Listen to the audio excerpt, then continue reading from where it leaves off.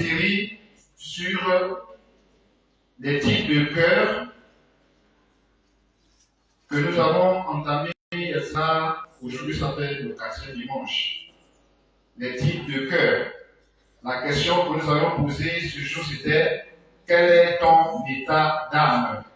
Et pour répondre à cette question, le Seigneur nous a envoyé dans le livre de Matthieu chapitre 13. On a déjà vu 3 types de cœur. 3 types de cœur. Aujourd'hui, nous allons voir le 4e type de cœur. Alors, on va juste rappeler le texte de base, Matthieu chapitre 13.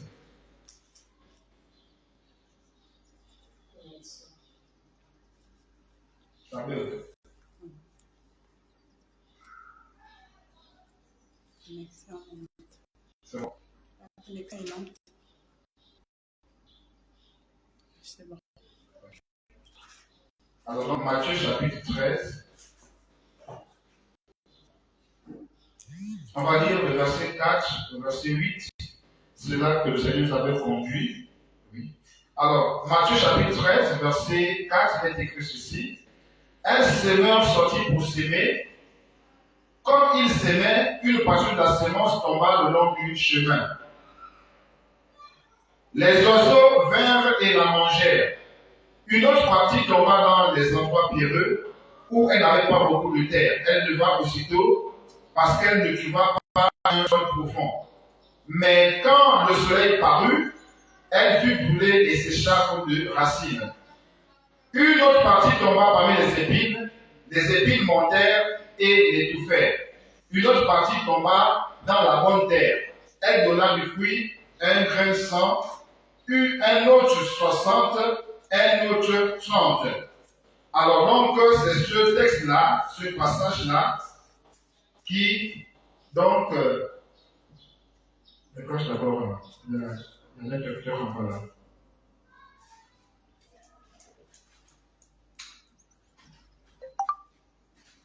Alors donc, c'est ce passage qui, donc, nous a servi de base pour, donc, répondre à la question que le Seigneur nous a posée sur quel est ton état d'âme.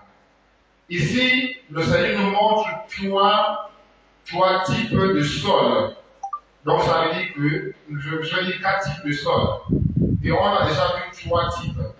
Et donc, les 4 types représentent l'attitude du cœur devant la parole. Parce qu'on a aussi compris que le semeur, c'est Jésus, c'est le Saint-Esprit.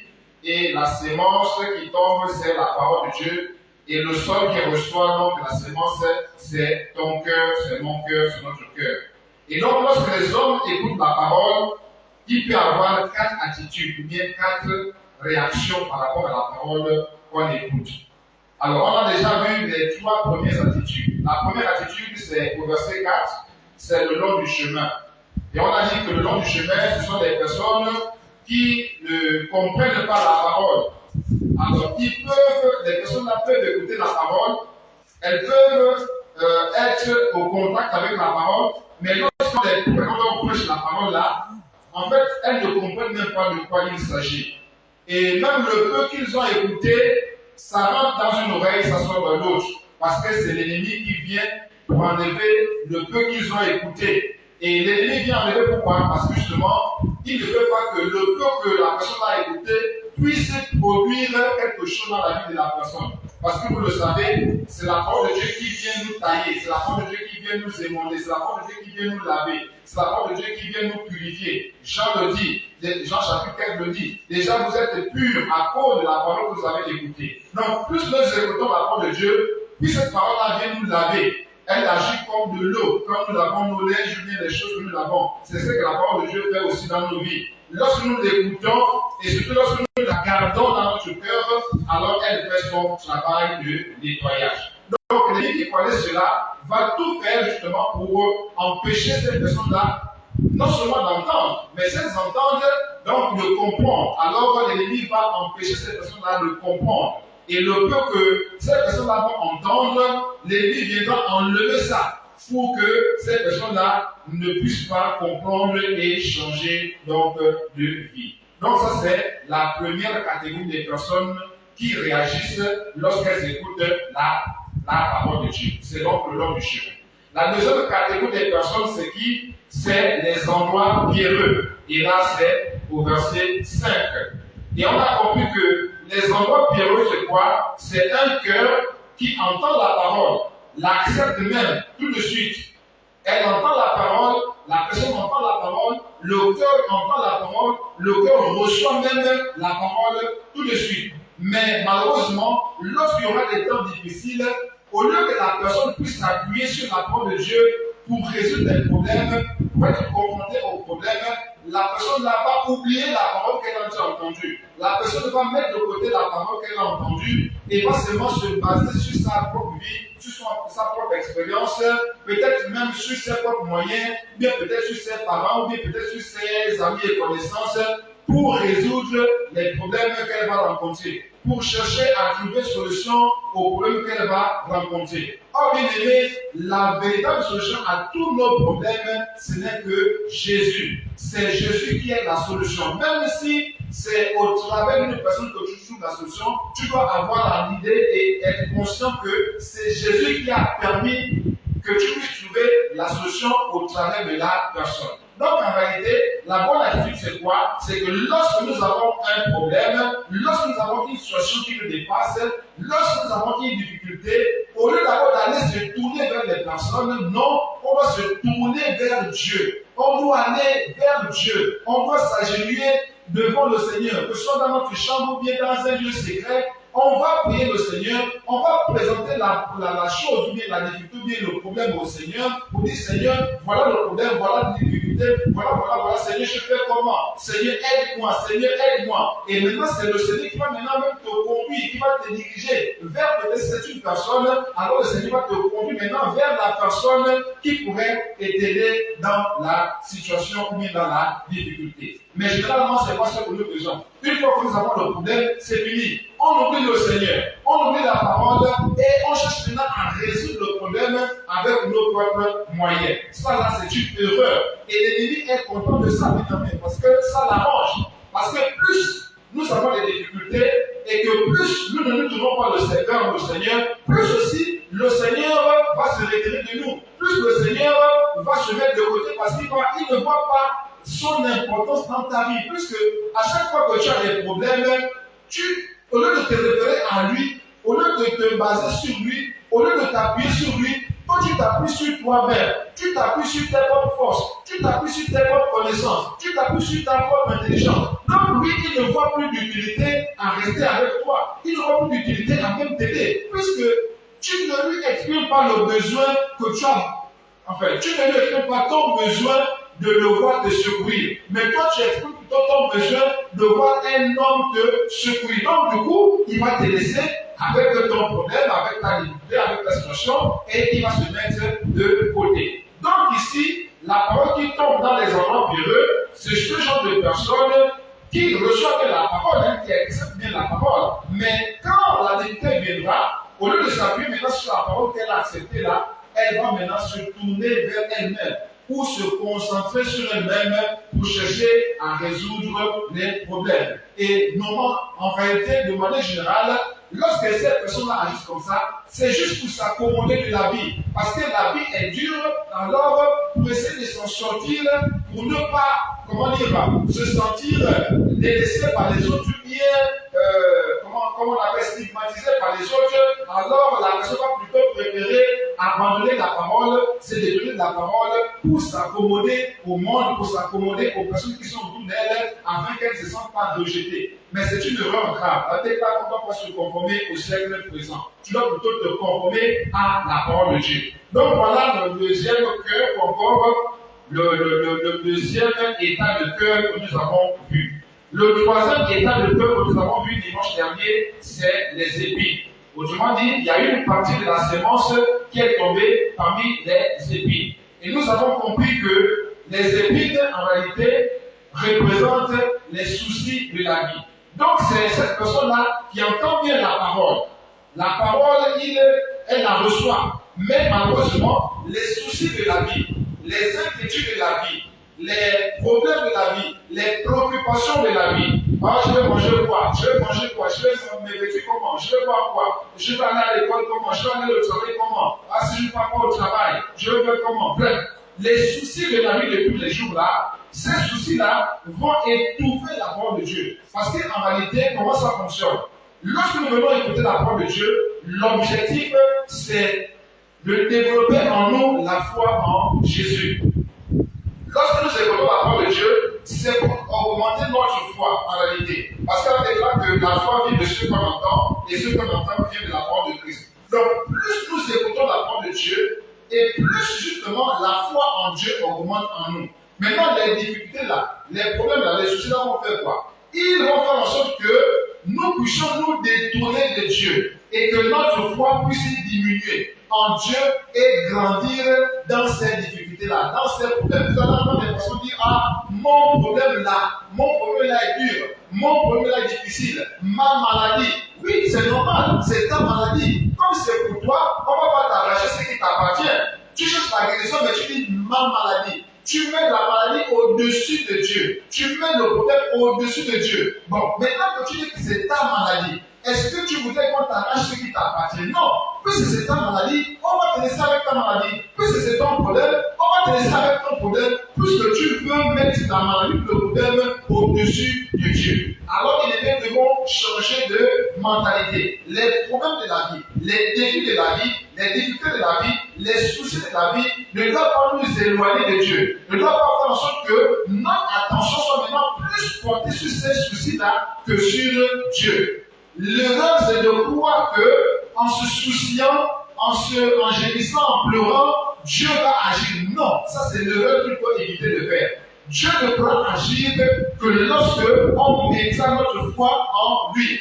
Dieu ne rémunère que la foi. Autrement dit, Dieu ne récompense que la foi. Dieu ne récompense pas les pleurs. Dieu ne récompense pas les gémissements. Dieu ne récompense pas les inquiétudes. Non, aucune inquiétude ne peut pousser Dieu à agir dans ta vie. Mais ce qui va pousser Dieu à agir dans ta vie, c'est la foi que tu vas manifester. Voilà pourquoi Dieu dit dans le chapitre 11 que Dieu trouve plaisir à celui qui a foi en lui. Dieu prend plaisir à la foi. Dieu prend plaisir à notre foi. Parce que lui, il est le consommateur de notre foi. Ce que Dieu mange dans notre vie, c'est notre foi. Dieu ne mange rien d'autre dans notre vie que notre foi. La Bible déclare que c'est lui qui est le consommateur de notre foi. C'est lui qui est le consommateur de notre foi. Hébreux chapitre 12, verset 2. Il est le consommateur de notre foi. Donc celui qui est capable de manger notre foi, c'est Dieu. Mais si tu donnes ta foi maintenant à d'autres choses, si tu donnes maintenant ta foi à manger aux inquiétudes, au lieu que c'est Dieu qui mange ta foi, c'est maintenant des inquiétudes qui mangent ta foi. C'est maintenant des soucis qui mangent ta foi. C'est maintenant des préoccupations de ta vie qui mangent ta foi. À ce moment-là, tu as privé Dieu de sa nourriture. Et tu penses que Dieu sera content de toi. Non. C'est un peu comme quand tu as un mari, tu prépares la nourriture à la maison, c'est vrai tu vas donner aux enfants, parce que ce sont vos enfants, c'est vrai tu vas donner aussi à la belle famille, c'est vrai, mais si tu prives ton mari de la nourriture, alors que normalement, c'est lui le chef, c'est lui le premier à manger ta nourriture. Si tu es là, c'est parce qu'il t'a appris de chez tes parents et tu l'as amené, il t'a amené dans sa maison. Maintenant, tu le prives de la nourriture, c'est pas normal. Même si tu donnes ta nourriture à ses parents, mais tant que lui-même il a faim, il meurt de faim, tu n'es pas en train de faire quelque chose de bien. Tu dois d'abord privilégier ton mari. C'est ton mari qui doit d'abord manger ta nourriture. Maintenant, les autres peuvent manger. Mais toi, tu préfères donner ta nourriture aux autres et tu laisses mourir ton mari de faim. Ne pense pas que tu agis bien. Parce que, bien aimé, ta priorité, c'est d'abord ton mari. Ce n'est pas d'abord les parents de ton mari. Ce n'est pas d'abord les enfants, non. Ta priorité, c'est ton mari. C'est la même chose aussi avec le Seigneur. Ta priorité, c'est le Seigneur. Ta foi, c'est d'abord pour le Seigneur. Tu dois manifester ta foi d'abord pour glorifier le Seigneur. Parce que c'est quand nous avons la foi que nous sommes capables aussi de produire des résultats. Que nous sommes capables de saisir les bénédictions du royaume. Sans la foi, on ne peut pas croire en Dieu, on ne peut pas voir les réalités célestes, on ne peut pas recevoir les bénédictions du ciel. Bref, sans la foi, nul ne peut être agréable devant le Seigneur.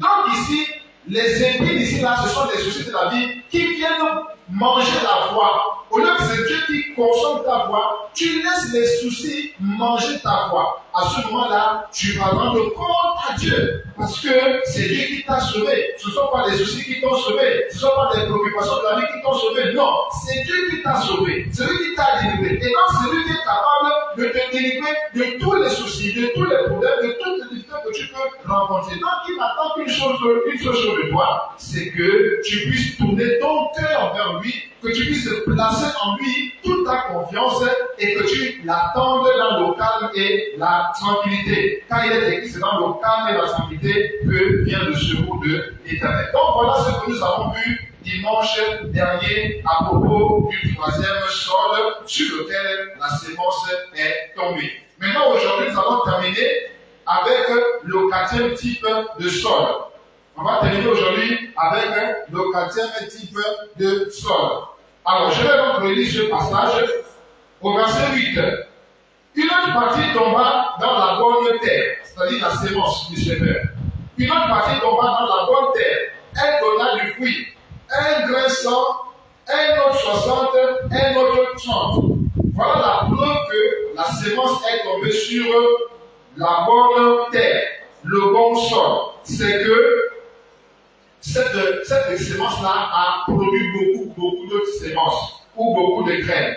Un grain a donné 100, un autre 60, un autre 30. Bien aimé, la preuve que la vie chrétienne prospère, c'est lorsque tu vas produire le fruit digne de la repentance. Matthieu chapitre 3, verset 8, Dieu dit, produisez donc du fruit digne de la repentance. Matthieu chapitre 3, verset 8.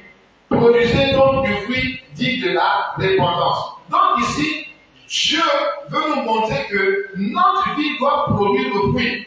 La parole que nous entendons doit pouvoir produire le fruit en nous. Parce que la déclare au verset 23 que celui qui a reçu la sémence dans la bonne terre, c'est celui qui entend la parole et la comprend. Il porte du fruit et un grain en donne 100, un autre 60, un autre 30. Donc ici, bien aimé, la bonne terre, ou bien le bon cœur, c'est celui qui entend la parole, qui comprend la parole et qui produit le fruit demandé par cette parole-là. Parce que Dieu, quand il envoie sa parole, c'est toujours pour atteindre un objectif. Dieu n'envoie jamais sa parole en vain. Quand il envoie sa parole, c'est pour atteindre un objectif dans nos vies. C'est pour que nous puissions produire le fruit que cette parole-là a semé en nous. Parce que la parole vient comme une sémence, elle rentre dans notre cœur. Alors il faudrait maintenant que notre cœur reçoive la parole et permette à cette parole-là de se reproduire. Maintenant, si notre cœur ne permet pas cette parole-là de se reproduire, à ce moment-là, notre cœur devient stérile. Ça devient maintenant comme les trois choses qu'on a déjà vues. Et à ce moment-là, ce serait vraiment inutile que cette parole-là demeure en nous. Pourquoi? Parce qu'elle n'est pas agissante. Et pourtant, la parole de Dieu, elle est agissante, elle est puissante. Mais Dieu a besoin de notre consentement. Dieu a besoin de notre participation. Dieu a besoin de notre collaboration. Parce que Dieu ne force personne. Quand Dieu vient te parler, il attend maintenant ta réaction. Ton attitude dépend maintenant de toi. Ça ne dépend plus de Dieu. Dieu a déjà fait sa part. Il a déjà envoyé la parole. Il a déjà mis la parole dans ton cœur. Maintenant, comment est-ce que ton cœur va réagir? On a déjà vu 3 réactions tout à l'heure. On a rappelé ces 3 réactions-là. Mais la bonne réaction, c'est quoi? C'est lorsque la parole-là va maintenant produire. Donc, c'est ton cœur qui va maintenant laisser la parole travailler. Ça veut dire quoi? Ça veut dire que tu dois laisser maintenant la parole te tailler. Tu dois laisser la parole-là te changer. Tu dois maintenant laisser la parole-là te transformer. C'est ce qu'on appelle mettre en pratique la parole. Exemple, il te dit, voler c'est un péché. Les voleurs n'entreront pas au ciel. Alors tu as entendu la parole. Il faut maintenant que tu acceptes que voler ce n'est pas une bonne chose. Il faut que tu acceptes ça. Et surtout, il faudrait que tu mettes maintenant cette parole-là en pratique. Autrement dit, tu dois maintenant arrêter de voler. C'est ça, mettre en pratique la parole. C'est ça, laisser la parole mûrir en nous, produire en nous le fruit que Dieu attend de nous. Donc quand il te dit, voler ce n'est pas une bonne chose, qu'est-ce qu'il attend en réalité? Il attend que tu arrêtes de voler. C'est ça, en fait, le fruit. Le fruit de sa parole, c'est quoi? C'est que tu arrêtes de voler. Il t'a déjà dit, voler ce n'est pas bon, tuer ce n'est pas bon, mentir ce n'est pas bon. Il attend quoi? Il attend que tu dises oui, je suis d'accord que voler ce n'est pas bon. Oui, je suis d'accord que mentir ce n'est pas bon. Mais au-delà de dire oui, il faut maintenant faire autre chose. Il faut maintenant que tu arrêtes de voler, que tu arrêtes de mentir, que tu arrêtes de tricher. C'est ça, le fait que tu arrêtes de faire ce qu'il t'a dit que ce n'est pas bon, c'est ça le fruit en réalité. Et tu vas voir que tu arrives à changer. De voleur que tu étais, tu deviens maintenant quelqu'un de rangé. De menteur que tu es, tu vas maintenant dire la vérité. Donc le fait de dire la vérité, c'est ça la manifestation du fruit que Dieu attend de toi. Parce que la parole est venue sceller quelque chose en toi. Et le fruit que la parole propose, c'est quoi? C'est le changement de ta vie. C'est le changement de ton attitude. C'est le changement de tes réactions. Donc, tu volais. La parole vient de te dire que voler, ce n'est pas bon. Les voleurs n'entrent pas au royaume. Alors, tu entends ça, tu acceptes ça, et tu dis oui à cela. Et alors, à ce moment-là, qu'est-ce que tu vas faire? Tu dois maintenant arrêter de voler. Quand les gens vont voir que tu volais et que tu ne voles plus, ils vont dire, oh, celle-là, celui-là ne vole plus. Hein. Donc, ça, c'est un changement qu'ils vont observer. Et justement, là, c'est pas que le monde attend avec un avant des îles la révélation des filles de Dieu. Tu vas te révéler aux hommes comme fils de Dieu à quel moment? Mais au moment où tu vas laisser la parole de Dieu te changer, te transformer. Autrement dit, tu dois faire ce que la parole de Dieu te demande de faire. Et tu dois arrêter de faire ce que la parole de Dieu t'interdit de faire. Il te dit, voler ce n'est pas bon. Il attend que tu puisses arrêter de voler. Voilà donc pour cet exemple-là, pour comprendre le fruit dans cette expression-là. Donc Dieu veut que nous puissions produire le fruit. Le fruit que Dieu attend de toi et de moi, c'est la mise en pratique de la parole de Dieu. Le fruit que toi et moi devons produire, c'est la mise en pratique de la parole de Dieu. Et quand nous allons mettre en pratique cette parole-là, les gens vont maintenant voir notre changement. C'est le monde qui nous entoure qui va attester que nous avons changé. Ce n'est pas nous-mêmes qui allons dire que non, moi j'ai pas changé. Non, c'est le témoignage extérieur qui va te dire à toi maintenant qui va te faire savoir à toi maintenant que tu as changé. Ce n'est pas toi qui vas te dire non, moi j'ai déjà changé. Hein. Moi, quand vous me voyez là, moi j'ai déjà changé. Non, bien aimé. C'est le témoignage extérieur qui doit te dire que effectivement tu as changé. Même Jean-Baptiste lui-même a dû recevoir le témoignage de Jésus-Christ de Nazareth. Même Jésus lui-même a dû recevoir le témoignage de ses disciples. Rappelez-vous, lorsqu'il a dit, que dit-on que je suis? Vous voyez, Jésus cherchait le témoignage. Qu'est-ce que les gens pensaient de lui? Qu'est-ce que les gens disaient de lui? Et quand Pierre a maintenant répondu, qu'est-ce que Jésus a dit? Oui, Pierre, ce que tu dis là, ça ne vient pas des hommes, ça ne vient pas de la chair, mais ça vient de Dieu, le Père. Donc Jésus étant sur la terre, avait aussi besoin du témoignage de son Père. Jésus étant sur la terre, avait besoin du témoignage de son Père. Donc toi et moi aussi, nous avons besoin, pour savoir qui si réellement nous avons changé, nous avons besoin de l'attestation des gens autour de nous. On n'a pas dit que non, c'est les pensées ou encore c'est ce que les hommes disent ou pensent de nous qui va déterminer notre vie. Non, mais je suis en train de dire que si tu veux savoir à quel niveau tu es déjà avec le Seigneur, écoute ce que les autres disent de toi. Écoute les témoignages que les autres disent de toi. Il y a une part de vérité dans ce qu'ils disent. Si déjà eux ils disent que mais toi tu as changé, ça veut dire que c'est vrai parce qu'ils voient justement en toi que ce que tu faisais auparavant, tu ne le fais plus. Peut-être que comme tu ne peux pas avoir conscience tout de suite, mais les gens qui vont te le dire vont te faire prendre conscience qu'effectivement tu as déjà changé. La dernière fois, j'étais au travail et on était en train de suivre un devoir. Et pendant que j'étais en train de circuler au milieu des élèves, il y a donc deux élèves qui étaient en train de discuter entre elles. Donc il y a une qui disait, l'homme là, le professeur là, il doit être un pasteur, c'est un pasteur. L'autre disait, non, il n'est pas un pasteur. Enfin, ils ont eu une discussion entre eux. Non, pendant que l'autre disait, non, c'est un pasteur, l'autre disait, non, c'est faux, c'est pas un pasteur. Et c'est comme ça qu'un va décider de me demander, monsieur, excusez-nous, est-ce que vous êtes un pasteur? Et je dis, oui, je suis un pasteur. C'est là, tu as vu? Je t'ai dit que c'est un pasteur. Tu ne voulais pas me croire. Mais qu'est-ce qui a poussé cet élève-là à dire que j'étais un pasteur? C'est tellement ma manière de faire, ma manière de me comporter, ma manière de parler, ma manière de faire les choses déjà autour de moi. C'est tellement, il y a quelque chose qui a fait dire que non, j'étais un pasteur. Donc ici, c'est quoi? C'est seulement que les autres vont attester ce que tu es en réalité. Quand tu as en toi véritablement ce changement qui s'opère en toi, réellement le Seigneur pour t'encourager dans cette voie-là va susciter des personnes autour de toi qui vont témoigner des différents changements que tu es déjà en train de traverser. Mais jusque-là, il n'y a pas de témoignages qui montrent qui disent que tu as changé, ça veut dire que tu as encore du travail à faire. Tu as encore des efforts à fournir pour pouvoir avancer avec le Seigneur, afin que le Seigneur puisse susciter des témoignages autour de toi pour t'encourager à continuer la marche avec lui. Le Seigneur travaille comme ça. Il ne nous laisse pas seuls. Il ne nous laisse pas comme ça la vie. Non. Il va toujours mettre des personnes autour de nous qui vont être pour nous des sources d'encouragement pour continuer ce qu'on a déjà commencé avec le Seigneur, ou bien pour nous aider à abandonner les choses qu'on va abandonner pour avancer avec le Seigneur. Donc, encore bien aimé, ce que nous devons comprendre ce matin, c'est que la bonne terre, c'est quoi? C'est lorsque nous écoutons la parole. Nous l'écoutons et nous la comprenons.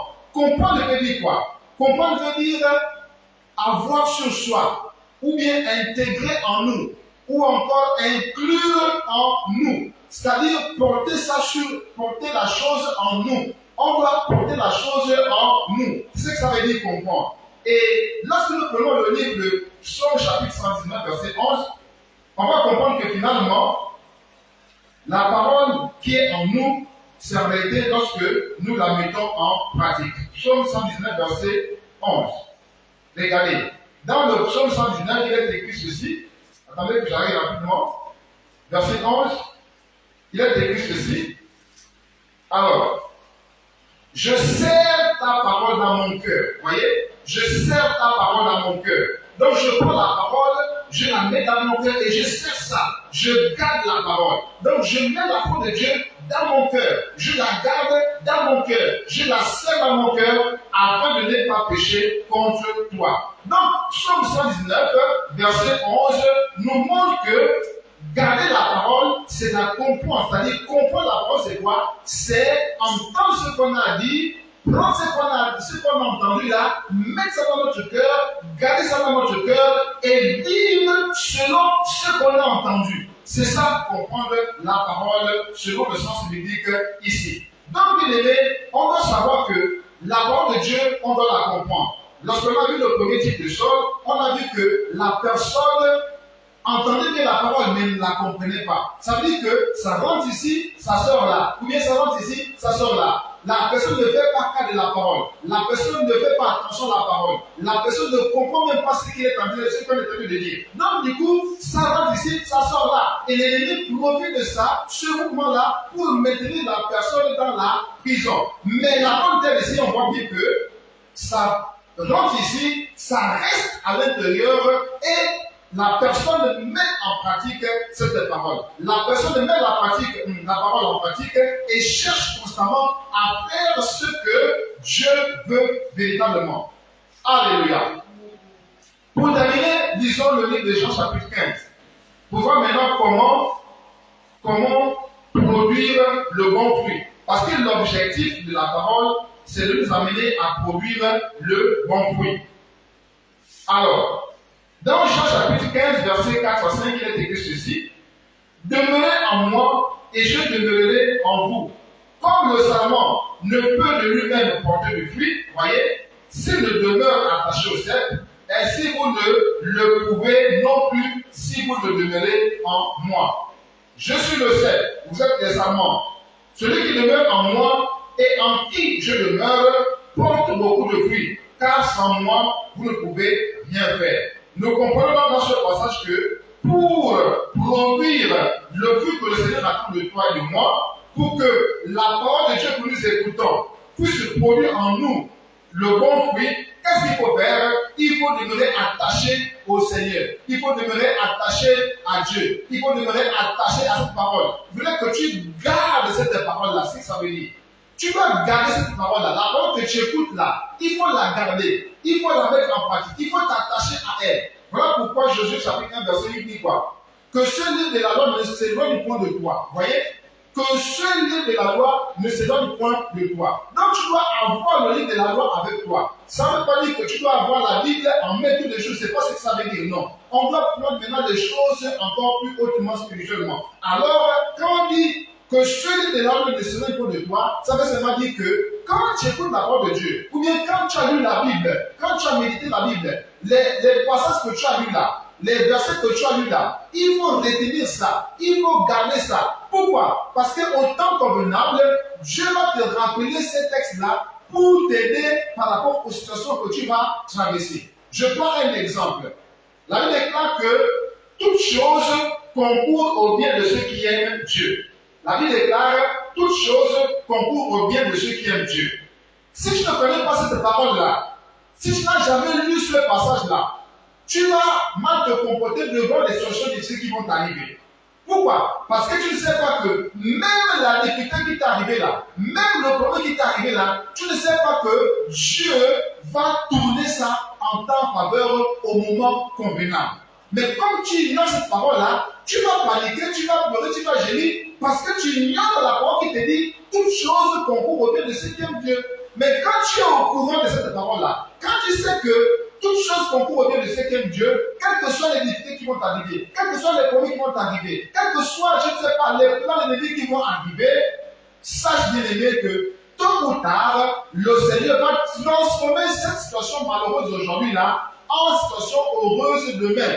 Le témoignage que tu vas avoir demain vient de la difficulté que tu es en train de traverser aujourd'hui. Le témoignage que tu vas rapporter demain vient du problème que tu es en train de subir aujourd'hui. Ou bien des difficultés que tu es en train de traverser aujourd'hui. Donc tu vas comprendre que les difficultés, les épreuves, les conflits, les défis, bref, tous les problèmes qui viennent dans ta vie là, en réalité, si tu fais confiance en Dieu, si tu t'attaches à Dieu, si tu laisses Dieu agir dans cette situation-là, dans ce problème-là, bien aimé, Dieu va se servir de cette situation-là pour la transformer maintenant plus tard en ta faveur. Tu vas apprendre une leçon par rapport à la situation-là et Dieu va tout faire pour que la situation que tu as vécue aujourd'hui, qui était peut-être difficile ou bien qui t'a peut-être enlevé beaucoup de choses là, Dieu va transformer ça plus tard en bénédiction. C'est le cas de Job.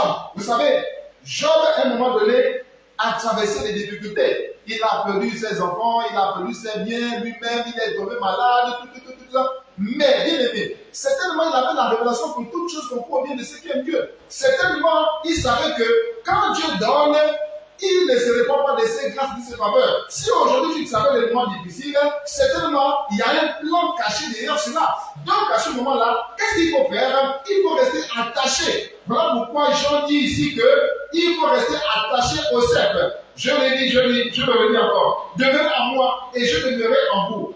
Comme le serment ne peut de lui-même porter du fruit, s'il ne demeure attaché au cercle. Donc, la clé pour produire le fruit, c'est de rester attaché au Seigneur. Même si le vent souffle, même si les marées se lèvent, même si les tempêtes tombent ou quoi, les orages tombent, reste attaché à Dieu. Même si, bien aimé, la situation que tu as déjà vécue, que tu es en train de traverser est difficile, Dieu te dit, reste attaché au cep. Parce que si tu te détaches, tu ne pourras pas produire le fruit. Parce que vous le savez, une branche de manguier ne peut produire des mangues que lorsqu'elle reste attachée au tronc. Si la branche se détache du tronc, même s'il y avait des mangues dessus, les mangues là vont se gaspiller. Les mangues là ne vont pas arriver à maturité. À moins que les mangues étaient déjà arrivées à maturité, d'accord. Mais tant que les mangues n'étaient pas arrivées à maturité, ou bien il y avait quelqu'un des fleurs, si on détache la branche du tronc, les fleurs là vont s'assécher et ne vont plus produire le fruit. Donc la clé, le secret c'est quoi? C'est de rester attaché au cercle. Le cercle c'est Jésus. Le tronc c'est Jésus. Donc toi et moi, si nous voulons produire le fruit digne de la repentance, si nous voulons produire le fruit qui plaît au Seigneur, qu'est-ce qu'il faut faire? Nous devons rester attachés. C'est écrit. Comme le serment ne peut de lui-même porter le fruit, s'il ne demeure attaché au cercle, de même, ainsi vous ne le pouvez non plus si vous ne demeurez en moi. Donc ici, bien aimé, on doit rester attaché au Seigneur. Même si c'est dur, même si c'est compliqué, même si tu vois l'horizon bouché, mon frère, ma soeur, tu dois savoir que la clé de tes fruits, la clé pour que tu produis le fruit, c'est de rester attaché. Ce n'est pas en t'éloignant de Jésus que tu vas trouver la solution. Non. Le diable va t'aider à trouver des solutions, mais ce sont des solutions qui vont t'amener de pire en pire. Pourquoi? Parce que son objectif, c'est de t'éloigner de Dieu. C'est tout. Lui, il veut seulement que tu sois éloigné de Dieu. Donc, il va tout faire pour te donner des solutions palliatives. Dieu ne donne pas des solutions palliatives. Ça veut dire des solutions en entendant. Dieu ne donne pas des solutions en entendant. C'est le diable qui est fort pour donner des solutions en entendant. Mais quand Dieu te donne la solution, il te donne une solution définitive et radicale. Pourquoi? Parce que lui, il veut toujours que nous soyons dans l'abondance. Lui, il veut seulement que nous soyons dans l'abondance. Voilà pourquoi, quand il donne des solutions, c'est toujours des solutions définitives et radicales qui nous font véritablement sortir de la difficulté. Voilà pourquoi il est écrit que si le Fils vous affranchit, vous serez réellement libre. Donc si le Fils te donne véritablement la solution, ce serait véritablement la bonne solution. Et toi-même, tu vas sourire après. Parce que tu vas te dire, oh oui, vraiment mon Dieu est bon. Vraiment mon Père, il est bon. Pourquoi? Parce que toi-même, tu réalises que la solution qu'il t'a donnée là, c'est une solution définitive, radicale, parce que Dieu ne fait pas les choses à moitié. Alléluia. Donc, pour terminer, bien aimé, sachant que pour produire le bon fruit, conforme à la volonté de Dieu, et surtout pour le glorifier, parce que les fruits que nous produisons, c'est pour la gloire de Dieu, ce n'est pas pour nous, c'est pour la gloire de Dieu. Verset 8 de Jean, chapitre 15, c'est pour sa gloire. Donc, si nous voulons produire le fruit, conforme à la volonté de Dieu et pour la gloire de Dieu, la clé, ce matin que Dieu nous donne, c'est quoi? C'est de rester attachés. Restons attachés au Seigneur. C'est lorsque nous restons attachés au Seigneur que nous serons capables de produire le fruit. Dieu a permis que nous puissions prendre cette image. Si une branche est cassée, cette branche-là ne pourra plus produire le fruit. Si une branche est détachée du tronc, cette branche-là ne pourra plus produire du fruit, mais elle va sécher avec le temps. Il n'y aura plus de vie dans cette branche-là. Bien aimé, on ne peut pas concevoir avoir la vie loin de Jésus. Tu ne peux pas réussir, bien aimé, ma soeur, mon frère, sans Jésus, loin de Jésus, non. Tu vas faire des semblants de réussite. Parce qu'il déclare que à quoi ça sert de gagner tout le monde entier s'il faut perdre ton âme. Si tu perds ton âme et que tu gagnes tout le monde entier, tu n'as rien gagné du tout. Parce que le monde entier va passer sa convoitise aussi. Mais ce qui demeure, c'est la parole de Dieu. Ce qui demeure éternellement, c'est la parole de Dieu. C'est Dieu qui demeure éternellement. Donc tu gagnerais à prendre Dieu au sérieux, à faire de l'éternel tes délices, à prioriser Dieu dans ta vie, dans tes choix, dans tes décisions, dans ta marche avec le Seigneur. Tu gagnerais à faire cela qu'à laisser Dieu de côté et à faire des faux semblants, à faire du raccommodage dans ta vie. Tu vas perdre le temps pour rien, alors que tu pourrais le gagner rapidement si tu décides réellement de te donner réellement au Seigneur, sincèrement et véritablement au Seigneur, et de marcher avec lui pour le servir de tout ton cœur. Tu gagnerais énormément, tu gagnerais beaucoup si tu le faisais. Donc, mon frère, ma soeur, la clé pour produire le fruit que Dieu attend de toi et de moi, c'est de rester attaché au cep, c'est-à-dire Jésus. Donc, ici, la bonne terre, c'est l'attitude de ton cœur qui consiste à rester attaché à la parole que tu as entendue. Les autres ont entendu, mais ne comprenaient rien. Les autres ont entendu, mais à un moment donné, quand la difficulté est venue, ils ont abandonné. Les autres ont entendu, quand il y a eu les soucis de la vie, les inquiétudes de la vie, ils ont abandonné. Mais celui-là, il a entendu, malgré les difficultés, il a gardé ça dans son cœur, il est resté attaché au Seigneur, malgré les vents, les tempêtes, les marées, il est resté attaché au Seigneur, et c'est lui qui a produit le fruit. Et c'est lui qui reste glorifié dans tout cela. Tant que ta vie ne produit pas de fruit, Dieu n'est pas glorifié dans ta vie, c'est plutôt le diable qui est glorifié dans ta vie. Je reprends. Tant que tu ne produis pas de fruit, dis de la repentance, Dieu n'est pas glorifié, mais celui qui est glorifié dans ta vie, c'est le diable. Maintenant, moi, je te pose la question. Veux-tu glorifier Dieu ou bien c'est Dieu que tu veux glorifier? Plutôt le diable que tu veux glorifier. Veux-tu glorifier Dieu ou bien c'est le diable que tu veux glorifier? C'est ça la question, bien aimée, qui nous est posée ici. Et on va terminer avec ce passage-là. 1 Corinthiens. 1 Corinthiens chapitre 6. 1 Corinthiens chapitre 6. écrit ceci.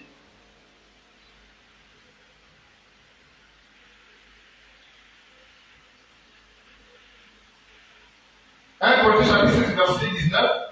Ne savez-vous pas que votre corps est le temple du Saint-Esprit qui est en vous, que vous avez reçu de Dieu, et que vous ne vous appartenez point à vous-même, car vous avez été rachetés à un grand prix. Glorifiez donc Dieu dans votre corps et dans votre esprit qui appartiennent à Dieu. Donc la question nous est posée. Voulons-nous glorifier Dieu ou bien voulons-nous glorifier le diable? Celui que nous devons glorifier, c'est Dieu. C'est ce qui est écrit ici. C'est Dieu que nous devons glorifier. Pourquoi? Parce que nous lui appartenons. Nous n'appartenons pas au diable. Nous ne sommes pas la créature du diable, bien-aimé. Ce n'est pas le diable qui nous a créés. Ce n'est pas le diable qui nous a donné le souffle de vie. Ce n'est pas le diable qui nous a donné l'intelligence. Ce n'est pas le diable qui nous a donné la beauté. Ce n'est pas le diable qui nous a donné le souffle de vie, en fait. C'est vrai que le diable peut donner la richesse à ceux qui le servent, ça c'est clair. Mais bien aimé, le souffle de vie que nous avons, la beauté, tout ce que nous avons, la force que nous avons, tout cela vient de Dieu. Mais finalement, c'est donc Dieu qu'on doit glorifier puisque tout nous vient de lui. Tout ce que nous pouvons obtenir sur la terre normalement, qui peut glorifier Dieu, c'est Dieu qui le donne. C'est vrai, il y a des satanistes qui ont les richesses de ce monde, parce que le diable leur donne, ça c'est vrai. Ça c'est une évidence. Mais bien aimé, tout ça là, ça va leur servir à quoi? Puisqu'à la fin, ils vont perdre leur âme. Donc, vaut mieux chercher ce que Dieu donne. Et il est écrit que tout don parfait vient de Dieu. Donc, tout don parfait, il y a quelqu'un qui peut te le donner. Le don parfait ne vient que de Dieu. Il y a des dons qui ne sont pas parfaits. Et ce sont des dons que le diable fait à ses serviteurs. Ça sont pas des dons parfaits. Mais les dons parfaits, ça ne vient que de Dieu. Pourquoi? Parce que quand Dieu te donne, c'est pour te bénir et c'est pour préserver ton salut. Mais quand le diable te donne, c'est pour te bénir, mais pour te débarrasser ou pour enlever ou encore pour te détourner du salut. C'est pour te détourner de Dieu. Voilà pourquoi, bien aimé, il est écrit que le diable ne vient que pour égorger, détruire. Mais Dieu, Jésus, le bon berger, vient pour donner la vie et que nous soyons dans l'abondance. C'est une différence vraiment très nette entre les deux. Et celui qu'on va choisir, c'est donc Dieu. Parce que quand il nous donne, c'est pour nous bénir véritablement, nous mettre dans la joie véritablement et surtout préserver notre salut. Donc, bien aimés, voilà ce qu'il fallait retenir ce matin. Soyons connectés au Seigneur, soyons attachés au Seigneur, nous lui appartenons, rendons-lui ce qui lui revient de droit. Notre vie lui appartient. Donc, nous devons lui rendre sa vie, parce qu'il nous a prêté sa vie. Alors, la moindre des choses que nous devons faire, c'est quoi? C'est de lui rendre la vie qu'il nous a prêtée. Et quand nous lui rendons la vie qu'il nous a prêtée, c'est en la lui rendant dans les bonnes et dues formes. Dans la bonne et due forme, c'est-à-dire une vie qui lui plaît, une vie qui est agréable. C'est un peu comme quand tu prêtes, c'est pas quoi, l'argent à quelqu'un. Mais quand tu rends ton argent, il ne va pas te rendre ça à moitié. Il ne va pas te rendre ça, je ne sais pas trop. Il te rend ça exactement. La somme que tu lui as donnée, c'est la même somme qu'il va te rendre. Et là, les bons comptes font des bons amis. Mais tu donnes à quelqu'un de l'argent, et il va te dire, non, tu sais, je n'ai pas pu te rendre tes 20 000, prends seulement les 1000 francs là. Et puis, non, tu ne seras pas content. Voilà, c'est comme ça aussi que Dieu fait. Quand il nous a donné la vie, c'est pour que nous puissions rendre cette vie-là agréable. Rendre cette vie-là propre. Pourquoi? Parce que lui-même, il est propre. Lui-même, il est pur. Lui-même, il est lumière. Lui-même, il est saint. Donc, quand nous lui rendons la vie qu'il nous a donnée, on lui donne sa propre lumière sainte. Bref, comme lui, il nous a donné cette vie-là, on doit la lui rendre exactement pour qu'il soit content de nous. Alléluia. Alors, donc, bien aimés, que le Seigneur nous aide à garder vraiment sa parole dans notre cœur pour que nous puissions marcher pour lui faire plaisir. Alléluia. Que le Seigneur bénisse sa parole.